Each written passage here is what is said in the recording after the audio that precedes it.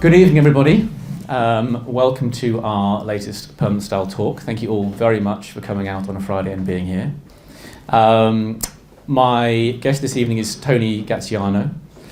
Before we start the talk, just a couple of housekeeping points. We will have questions at the end, so if you have any questions, please wait until then to ask them, but please do think of anything you'd like to ask, because it's great having audience participation as well. When we do have questions, we'll use one of these mics to kind of rove round if people could speak into them, so we have enough the audio for the film. And when we're done, we'll be downstairs for probably another drink afterwards, so please do join us if you want to. Right. So Tony and I have known each other for a good few years now. It's probably around about 15, 16 years. Is it? Okay, fine. I don't think it was when we all had black hair. Okay, fine. And you had hair. Sorry. Wow, okay. Sorry. Moving on. I'm going to say some very nice things about you in a second. I'm joking, sorry. So in that apparently 16 years, I've seen Tony go from being a bespoke shoemaker, and tell me if I get any of this wrong, to setting up his own bespoke shoemaking company, to making his own ready-made shoes with his own designs with someone else's factory, then setting up your own factory and making ready-made shoes, and then opening a shop, which like no shoemaker's done in a very long time here in London. So quite a journey, and then recently had the honour to be making some shoes for King Charles for his coronation. So, I mean, quite a journey in that time. Yeah, and I've felt every second of it. Yeah, I mean, you know, I think we met each other probably, I would probably say halfway through my career. You know, before we kind of met, you know, I'd obviously worked for other companies doing Bespoke, and previous to Bespoke, I was a designer. And, you know, along the way, I managed to combine those two skills to kind of really be the kind of concrete that kind of brings Gaziano and Gano together. Yeah, I mean, that's actually one question I wanted to ask is, how much do you feel that design influence, which obviously we see all in the ready-to-wear shoes, influences the bespoke side? Because I feel like most bespoke shoemakers aren't really shoe designers in that way, they're more craftsmen. So how do you think that affects the fact that you can do both of those? I think in terms of bespoke, I think it makes it a more complete product. I think that bespoke shoes are so expensive these days that ultimately you want to create something that is ornamental. Something that can only be good enough to not want to put on the feet. That's the only way you can justify the price. Yeah. And you know, it is, you know, the role that I've had, it seems to be a role that for some reason, you know, a lot of other companies concentrate on the craft, which is nothing wrong with that. I think that's, you know, it's all about the craft. But there never seems to be many guys that are, you know, at the that are controlling and managing that craft. Yeah, if you know what I mean. Absolutely, and I think it's something you see across different like menswear crafts that we love as well. Like when you see with again with tailoring, it's rare that somebody who is the craftsperson is also like the good designer, and the big tailoring houses often flourished in the past when they had a great combination of a very skilled cutter, but then also a very tasteful and a very stylish kind of front of house who communicate that. Yes. And it's very rare it's in the same person. Yes, yeah. But these days, often it's just one person with their own company who's expected to kind of do all of that. Yeah, yeah, and it's very difficult to do all that. I mean, you know, I think, you know, another thing that we were going to cover was basically kind of all the independents that are out now in the trade, and I think it's great. I think it's brilliant. Some of them producing fantastic products, but the reality is you need a team. You need a team because you can't. The guy that's the jack of all trades makes nothing, if you know what I mean. And you need to. It takes a long time. You need to kind of. You might work with several people down the line. Some of them might not turn out to be so good, but basically over a period of time, you formulate a solid team which are the best that they can possibly be in all areas of that particular shoemaking.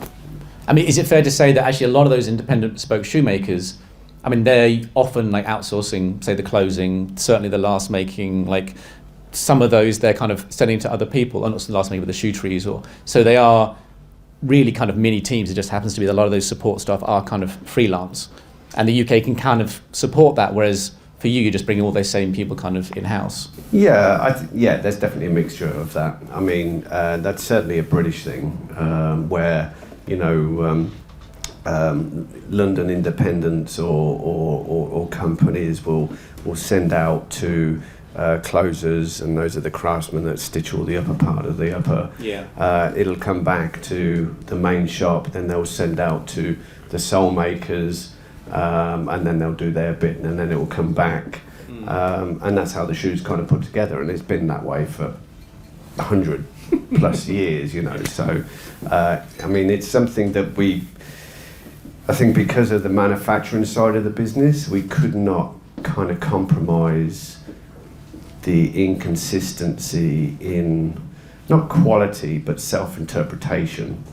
Well, because you want to have a particular design that comes across in the shoe, and therefore you need to have a more consistent process to try and always reflect that. I think, you know, Gaziano and Golding have an identity, you know, and I think when you use outworkers, I think that can be kind of watered down through their own particular views of the way that they should think things should be done, or their own artisan kind of in that, you know. We can't afford to be like that, so we don't use outworkers. We basically have our own team within the factory, within a couple of rooms, and we work together. We don't make them feel like we're dictating to them. You know, we work. We bounce back and forward, and we just basically try to produce the best that we can. It was interesting you mentioned earlier things being expensive, because I think a lot of people in this room will feel that, well, bespoke is probably beyond the reach of a lot of people, but even ready-to-wear shoes are getting so expensive these days. And I think from the outside, it's hard to know really what could be causing those kind of increases, because there's been so much in the last 5-10 years. What, from your side, what's kind of driving that? I think there's such a multitude of different things there. I mean, right from kind of Brexit to COVID. How do those two things increase your costs? So I think what we found with Brexit is that some of our raw material suppliers were increasing from anything from 10 to 25%, which was way over the rate of inflation and things. And obviously, when that happens, it has to be kind of included in our costings. You know, I mean, in respect to say something like bespoke, where we're travelling all over the world and servicing bespoke clients, we obviously have to pay for hotels and flights.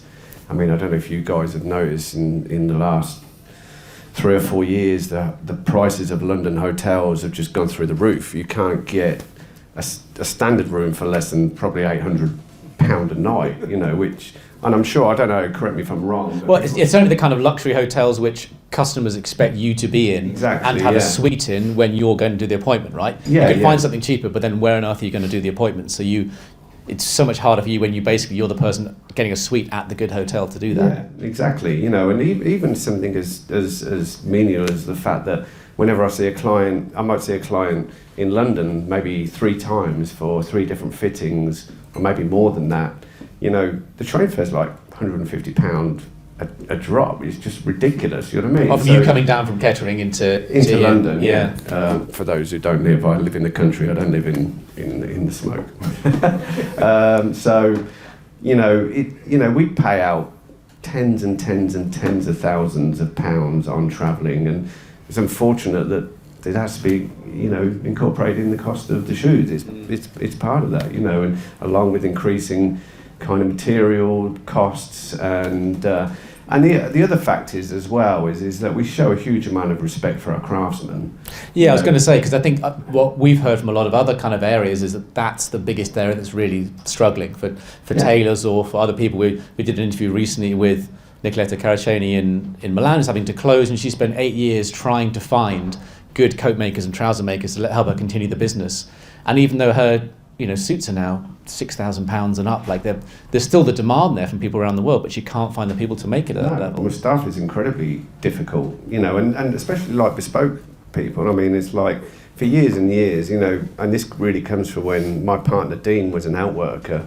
A plumber or an electrician was earning more money than arguably one of the best shoemakers in the world. You know what I mean? And something doesn't quite click together there. So we pay our craftsmen respectively these days, and we like to think that they make a good living from it instead of just being the afterthought all the time. So yeah. And am I right that historically, at least, certainly in tailoring, and I think in shoemaking, a lot of actually those workers would have been immigrants as well? So they're not necessarily, because one of the things I find interesting is that since I've been doing permanent style in the last, say 10, 15 years, there's been a big influx of people, after the financial crisis, who wanted to train to be craftspeople. Yeah. And I look around and not that many of them are still doing that now, 10 years later. Yeah. Either they've tried to set up their own company because that's the way to kind of make a living, or they've just gone off and done something completely different.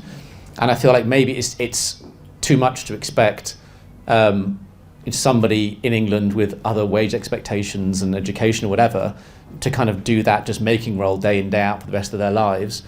But it's often with people who had skills at home who immigrated into the country that kind of kept a lot of that industry going. Yeah, I think that's right. I mean, that's going back decades and decades. I think that if you ask even my old boss from years ago, where the outworkers come from, he would probably say that there's a lot of them from Poland, a lot of them from Italy, that have come across, absolutely brilliant craftsmen. I think these days that's still an element, but I think there's more of an even mix, to be honest with you. Okay. It's very hard to drag English people into it when they can probably, the trade, when you look at kind of I'm not saying being funny, but the building trade, you can earn more money than you can in probably a city job these days than as a tradesman. So it's kind of hard to pull them into our business, and much more so on the manufacturing side than the bespoke side. Well, because the bespoke side is a bit more varied. Well, the bespoke side is a bit more romantic, okay. And people whereas even when I went to school, the working in a shoe factory had a little bit of a, oh no, you're not working in a shoe factory, are you? It's so and it still has a little bit of that. So we struggle. Still looked down upon. I always imagine how these people who amazingly wanted to train to become craftsmen after the financial crisis and do something differently with their lives. That conversation with their parents and trying to explain kind of what they want to do and how you kind of get that across, and maybe the father's got some memory of working in a factory or a shoe factory or something else. It's a very hard thing to explain why you want to spend your time doing that. Yeah, especially when you've lived in an area where pretty much 80% of the industry has collapsed. Back in the 60s and 70s, Is it that's what the kind of proportions in Northampton? Oh, 100%. Really? I mean, if you went back to kind of early, so kind of, I don't know, 1910, 1920s, 1930s, apparently there was about 1,000 factories in Northamptonshire. Now, maybe half a dozen, between half a dozen and 10, and they're all different ends of the luxury spectrum, with the exception of maybe the orthopedic ones. Yeah. There was, for example, when my dad went to school, you either went to grammar school or you went to shoe college. That was it. Those are your only options. Those were your only options, yeah. Because that was the local employment. Either you're going to be the shoe factory, or if you get above that almost, or do something else, then you go to the industry was that strong, basically. And then in the 70s and 80s, the factories started to kind of partly send out proportions of their production to different countries around the world. They completely screwed up the whole production process, started making redundancies, and everything just collapsed from there, and only really left the top end kind of guys. What's it been in the last 10 years, or kind of since COVID? Is it carry on kind of getting worse? I think, to be honest with you, I think it's been the same for about 30 years. there's only been really two differences. I mean, the companies have been the same. So like the Crockett and Jones, the Edward Green, the John Lobb, all those guys, they're you know, very stable, always part of the Northampton scene. But there hasn't really been anybody else kind of poke up, you know, until we did in 2006. I think we were the first factory to open up in 110 years or something like that. A Goodyear welted factory anyway, which was a challenge in itself because you can't get these machines made. You know, some of these machines we had to buy 5 machines and bastardise them to get one machine, you know, and use precision engineers to kind of do that. And not only that, you had to find the skill, which is basically not there anymore, to kind of work them. Yeah. So it's because of those factors, it's an incredibly difficult thing to put together. More recently, Foster's, as you know, they tried to do that. They did a very good job of it. They made some. They were also using old machinery and trying to kind of put it together in the same way. I mean, there's a mixture. You can get some new machinery that's still used in modern day shoemaking, but the key machines that make the difference are like they're kind of bench made machines. They're kind of they're almost as labour intensive as hand lasting, you know. And you can't, you know, there's this machine called a bed laster. You know, you can't. If you were to make one, you wouldn't find anybody to be able to use it. Yeah. You know, and they're all sort of iron, sort of look very Victorian age kind of constructions, right? Yeah. I mean, luckily the Victorians built things to last, so you know they'd still be here if the next atomic bomb kind of arrived. But well, and they make beautiful photography as well. I think when I was first starting, it was always the factory visit and people go, and those kind of machineries just look beautiful. You know, the last thing you want is just like a big white box and things popping out the other end, because there's no romance in that at all. Yeah, exactly. You know, and we have a couple of those machines, and I hate them. You know what I mean? They're made out of tin these days rather than iron. But yeah, so you know, it's very difficult, and unfortunately for Foster's, you know, it's not even just about having the machinery and the craftsmen. You know, I'm surprised they got that far. They did a really well job. But you know, when you're creating a new British brand, it's about a continuity of creativity, and I think that's something that they kind of fell short of, and it is a shame because the industry needs more, because we all rely on certain suppliers for this, whether it be leathers, and you know, and the biggest thing is the training. There's no training whatsoever. Well, presumably it happens at scale. If things are big enough, then people start to train to make it. Exactly. So it's all kind of I mean, it could still be done. If the factories collectively got together and said, right, okay, we're all going to put X amount of money into this, that, and the other, it could be done. You know. But luckily for me, when I was young enough, there was a college which was basically a miniature shoe factory with all those machines in it, and retired guys that taught you everything that they could. But they let it go too far, because A, there's not the expertise to do that anymore. B, they just don't know how to do it. They can't do it. Well, let's change tack and talk about something positive. How did the Sorry. How did it come about making the shoes for King Charles? It came about, I think, when he was Prince Charles. He came to visit us at the factory in 2018, and we'd actually left him a book 5 years before that with his valet. So I was fortunate enough to meet up with his valet, and we left him a book, and we forgot about it. We didn't even think that anything would come of it. Next thing we know, we got a letter from the royal household saying, you know, he wants to visit the factory. Cue panic everywhere, I assume. Panic, yeah. Clean everything. Do we have a red carpet? Do we need a red carpet? I don't know. And yeah, so it was like, obviously everybody got very excited.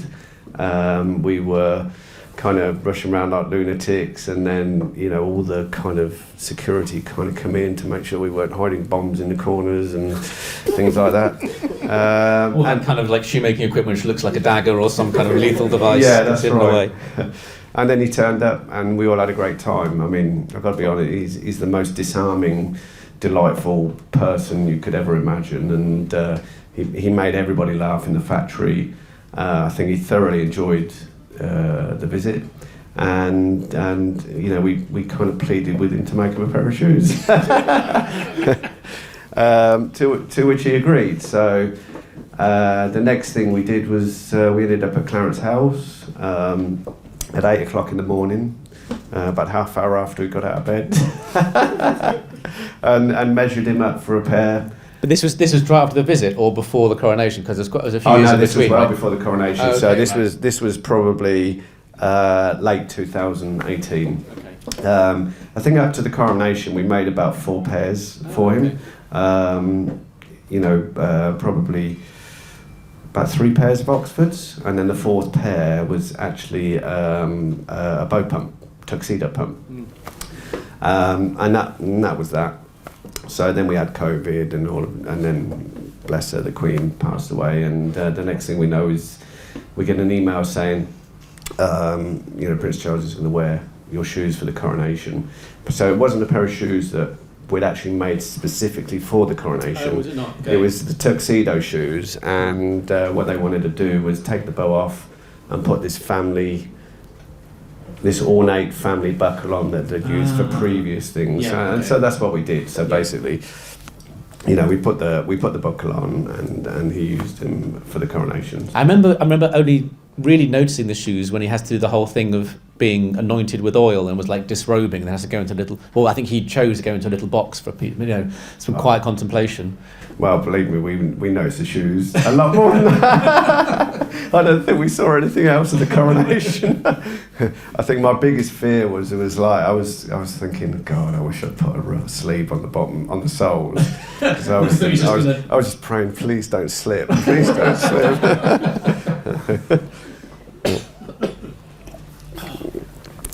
So yeah, it was incredible for us. Yeah. And for the guys in the factory, you know, it's so yeah, no, it was good. Was it easy feet to fit? Easy feet to fit?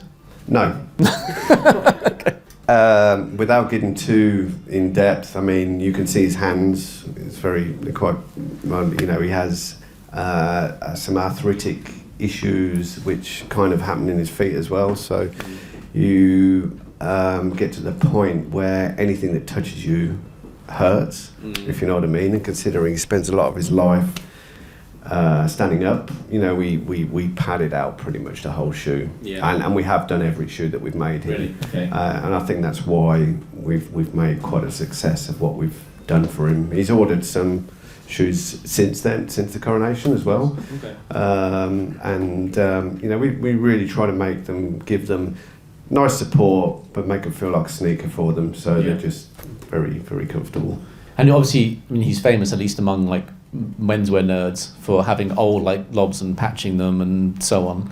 Do you think that's almost could be related in the fact that, you know, you have an old pair of shoes which is so kind of like comfortable and soft at this point that you don't want to give them up for something new because actually it could cause you some pain? Yeah, I think that's an element of it. I think that he struggled with fit for many years, to be honest. Okay, let's leave it there. Okay, yeah. The point about trainers is a good one. That's a good segue, because I wanted to ask you about style, because I think it's really interesting that, how you said at the start, you've always had a very strong style and identity because you're more of a designer. And when you first started, you had a very distinct look, which, you know, a lot of people found very refreshing. It was very exciting. The kind of look, that quite chiseled kind of toe, you went more extreme rather than less for a while, and then like the Deco range was kind of more extreme in that kind of line. I feel that maybe you've softened a bit in the last few years, but not very much. I'm not sure. I mean, chiseled toes will go in and out of fashion, but you stayed pretty much with your look, but maybe softened it in some ways. What do you think? I think we've diversified a little bit. You know, so over the years, what we've tried to do within the realms of welted footwear anyway, is try to create something that is very well proportioned for every type of thing. So whether that be kind of a broad-toed traditional Oxford, or whether it be a deco style pointed. There's something there for everybody. Okay, yeah. Which I guess is a virtue of being a slightly bigger company as well. You can afford to carry different lines and different styles of people. It was the freedom I wanted for being independent from some of the traditional English houses. You know, when I've worked for previous houses, and of which I very much respect, you know, there was a lot of things that I wanted to do that I couldn't do because I was kept within the constraints of their image. When with G&G, you know, although it's important to create a brand image, I really, the initial goal was to kind of actually try to kind of achieve perfection in many different types of welted footwear. Yeah, okay. With the sneaker thing, I think we were torn for a long time with the sneaker thing. You know, everybody's jumping on the bandwagon. I think, without naming brands, I think it's only really basically us and Edward Green that haven't done that. We thought about it through and through and thought the only way you can do it is to subcontract it. And then it's not you. And we just couldn't do it, so we never did it. That's interesting. I didn't think of it that way. Yeah. But again, you as a company have quite a strong identity, and that would just kind of be diluting it in some way. Yeah, and I honestly think that people wouldn't have come to us for it because, you know, of all the little quirky things that we've done, we've just constantly been reminded that people are coming to us because we specialise in dress. Yeah. Welted shoes, and you know, we're just better off sticking to that. I mean, I'll venture into kind of like some of the more unlined kind of soft shoes, which is a personal passion of mine. I'm happiest when I'm kind of like no socks, nice soft pair of shoes, and somewhere abroad. But no, you know, we're kind of hardcore, kind of welted and structured and ornamental. Beautiful shoes, you know. And it sounds like trainers, that sort of trainer trend hasn't affected you too much. I mean, I feel like we all see a lot fewer dress shoes on the street than a few years ago. But I always assume that's mostly kind of the middle or low end of the market of people who had to wear them every day for work and now not. Whereas actually, if people want a very, very good shoe, there's only 2 or 3 companies they're going to go to anyway, right? I think the reality is that whatever you get in a sneaker, it's always middle or lower end of the market, even if you pay top end. That's the reality of the fact, is because everybody's outsourcing to factories that are making the same products and putting different identity on it. The quality is never going to be £1,000. I'm sorry, but it's not, you know. And you know, I like sneakers. I wear sneakers for running. I wear Hoka for running and things, and you know, I see the value in that. And sorry, what was the question? It's fine. No, it's interesting what you said about it's not the value you're getting necessarily of £1,000, but could you make £1,000 trainer? How would you take like a very high-end Loro Piana trainer or whatever and give it extra value? Would you start stitching the soles, or what would you do? Because I'm not sure what else you could add. Really. I can't see the craftsman going into it. The only way you can increase the value of it is through exotic materials, as far as I'm concerned. As long as you're in the top-end materials, there's nothing else you would change. You couldn't actually make a higher-end product. It's just always going to be a lower-end product for that. Only me personally would say that. I'm not saying that's just kind of... That's why you're here. We want your opinion. Yeah, that's the way I think, you know. It's whether you're a common projects or a whatever. I can't see there's much of a difference in quality, to be honest with you. There's just a difference in marketing. Sorry, very blunt, but that's my opinion. Okay, we're going to go to questions in a minute. I just have one last question for you, Tony. Looking back at that kind of journey you've been through, what have you enjoyed the most in all that kind of time? The creativity. The designing side, largely. 100%. It's the designing, is starting with nothing, making a last, cutting a pattern, cutting leather out, and watching it materialise into something that you've visualised. And that's bespoke as well as like designing a ready-to-wear line as well as the same thing. 100%. It's very much the same thing. I mean, there are slight differences. I mean, you can execute a good product on an awkward foot, which gives you, you know, different good feedback. And then you can do something on a pre-made like last, which turns out as a perfect kind of form, as it were. But it's to me it's the best therapy. Yeah. 100%. And you still get to do enough of it? Every day, now? every day, Yeah. every day. You know, I make all the lasts, I do all the patterns, I do all the design work, I do a lot of the clicking for the Bespoke. I do occasionally a bit of closing for them as well. And then there's a team in the Bespoke side. There's a team of three of us. We work closely together, and it's great fun. Nice. Sounds good. I think I think a lot of people over that kind of period would get to the point where they spend all their time doing HR stuff or spreadsheets rather than actually the thing they started to love. So it's great that you can still do that all these years later. Well, I think I've been down that road. To be honest, you know, obviously the company is now 2006. How old is it now? 18 years old. Yeah. So, you know, there was a time when I kind of went down the road and felt like, you know, I need to kind of like delegate and kind of leave and manage and be this business. And then, you know, a few years later, I was like, no, I don't. You know, my heart. Else do that. I think sometimes if you're a creative soul, you find that side of things quite difficult. Yeah. So, and that's me. So. Nice. Thank you very much. No, thank you. Right, audience, do you have any questions for Tony? Anyone with a question, please raise your hand and I'll give you a mic. Yeah. So how long ago was it when you opened your shop on Savile Row, and what was the reception like from other shoemakers and perhaps even the tailoring world to opening on Savile Row? It's, funny enough, it's exactly 10 years, September. Oh no, when did we open the shop, Simon? Is it September? April, so 10 years this month. 10 years this month. The party's in And no, yeah. So we're you can tell where my priorities are. Yeah, so basically, 10 years in April. So we're actually celebrating our 10 years this year. Thank you.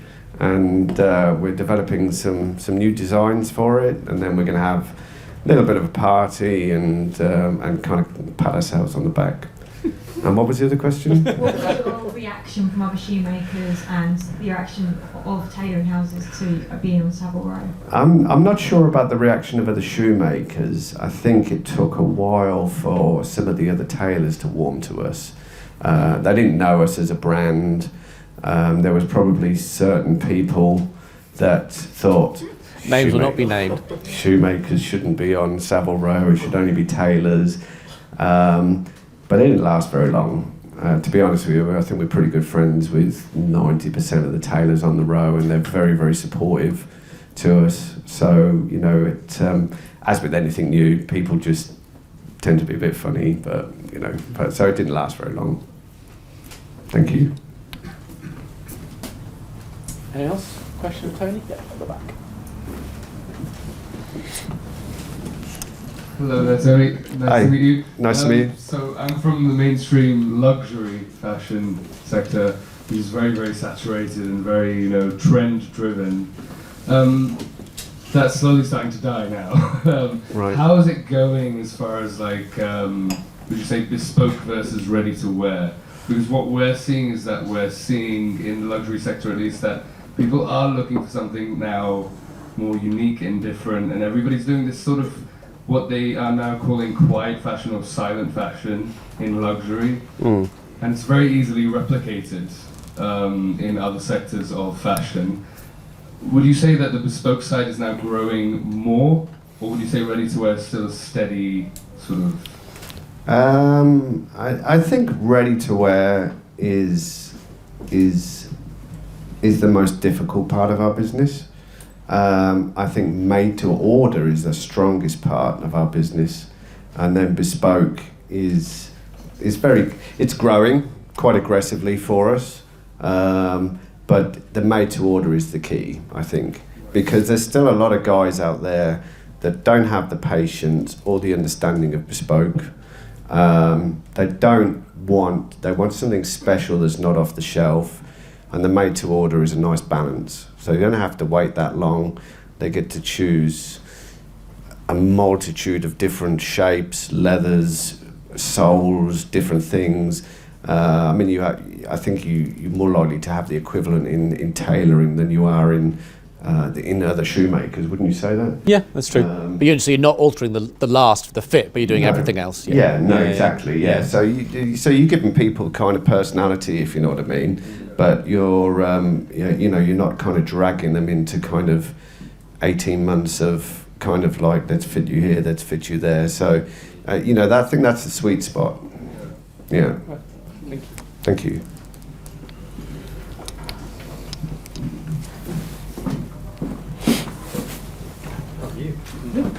So I have two questions actually I've written down. So the first one will be like, there's a debate about whether artisan or craftsmanship should have an input on a bespoke shoes design, or just be focused on solely on the realizing the customer's vision. And what's your perspective on balancing the integrity of the house style or accommodating the customer's preference? I'm very much somebody that believes that if you come to me and you ask for something, that's what we should try and give you. I'm never forcing house style on anybody. So if you want a riding boot, if you want a sneaker, bespoke wise, not ready to wear, we'll make it for you.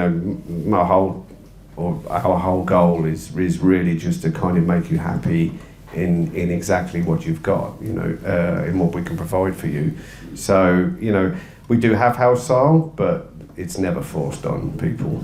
So, and what was the other one, sorry?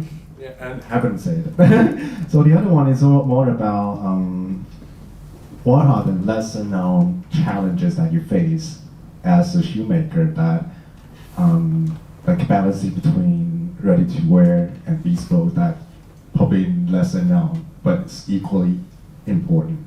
Like the fitting is that everyone knows that the fitting is the difficult part. What are the kind of challenges that you might have or experience that you enjoy the challenge and the growth that you can come from it? So are we talking about ready to wear or bespoke? Like bespoke. Bespoke. I think the biggest challenge with bespoke is probably time, to be honest with you. I think like quality is easily achievable when you've got a good team. Even kind of communicating the customer to make sure that what you're making for him is in line with what he wants you to make for him. But it's time. The problem is just so few craftsmen out there that can achieve the level that we or other companies need to achieve. And when we do achieve that, it attracts customers, obviously, which attracts more orders, which attracts backlog. And it's I think the biggest challenge is trying to manage customers' expectations in fitting and delivery times. So you have to make hard decisions all the time as to whether to push out the delivery time or just to not accept new orders, because that's what's going to happen if you do. I mean, we try the best, or we have a team like Simon over here, and that communicates with the customers and try to explain it to him. But customers come in all shapes and sizes. There are people that study bespoke, they understand bespoke, they're patient for bespoke, and there are people that get a glimpse of it, and they were like, yeah, I want that, but I don't understand it. They don't understand it, and that's in equal measure. So we have to kind of manage those, and we don't really know a lot of the time that they're that kind of person until we engage with them and we've taken an order and we're going through the process. Surely you must know the kind of the permanent style reader to start with, because they ask like 17 billion questions when they first come in. Yeah, but they're still the easier. They might ask all that many questions, but they still understand the process of the craft. They're not. The problem is that there may be, how do I put this, kind of probably more fashion orientated people coming into the craft world, and people that are used to expecting instant gratification. Yeah. That are prepared to wait a little bit. Yeah. But if you ask them how long it's going to take, they might say a month, 2 months, 3 months. You told them it's like a year and a half. They went, what? Yeah. No. And the response is, I could build a house. I could build a house quicker than that. Or I've renovated the classic car quicker than that. It's so, I don't know. There's just, it's for some and not for others, I suppose. Okay, one more question.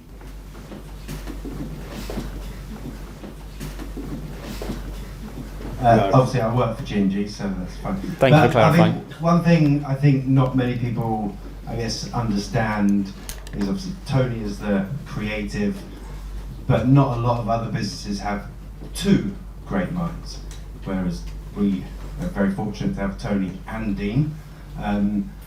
Where would you say, Tony, you complement each other in terms of one being creative, one being, I guess, more maker or something like that? Because I think a lot of people need to know the best of both people and what both people bring as well. Yeah, I think you're 100% right. I'm glad you brought that up. So, fortunately, it's a bit like when you enter a marriage, you never really know what you're going to get. But I can agree with that.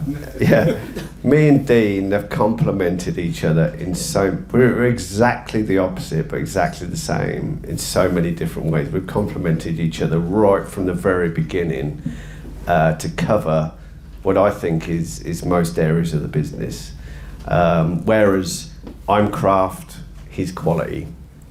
Whereas I'm design, he's financial. So, and never ever could we've ever independently gotten to where we are without each other, because it would have blown my mind by now, and I think and I think he would probably say the same. So how are you, if those are the ways you're different, how are you the same? We're the same in the way that we can go out and have a drink and have a beer and have a laugh, which is extremely important, because of all the things that you might agree or disagree about, it all gets put to bed over a glass of wine. Do you know what I mean? So, and we have the same interests. We're both big boxing fans. So we have a lot to talk about, and if G&G never existed, we'd both be friends anyway. So it's nice to have that connection, as well as I'm sure there are thousands of things that we kind of complement each other on in the factory. But Dean is a great maintainer. So what I'm good at is creating designs, creating bespoke. Which is quite disruptive, yeah, right? And then off you go. Do you know what I mean? So it's almost like bringing up a child and saying, off you go into the world. But then Dean is the maintainer, which is a completely different skill. So he's down on the factory floor. He's kind of like reining people in to kind of say, look, this is not quite right. That's not quite right. And it's a lot of work, a lot of stress to kind of keep that quality within the boundaries of where it needs to be. Yeah. And he's very, very good at it. And I guarantee you, if he was walking down in the factory, the only shoe he'd pick up would be the one that's got something wrong with it. So it's a special skill. Yeah. So we complement each other perfectly, and I think on this journey that we've been on, I don't think either of us could have made it without each other, and without our great team. So, that's a nice note to finish on. Yeah, thank you very much. Thank you. Thank you very much to Tony for talking to us this evening, and thank you very much, everybody, for coming.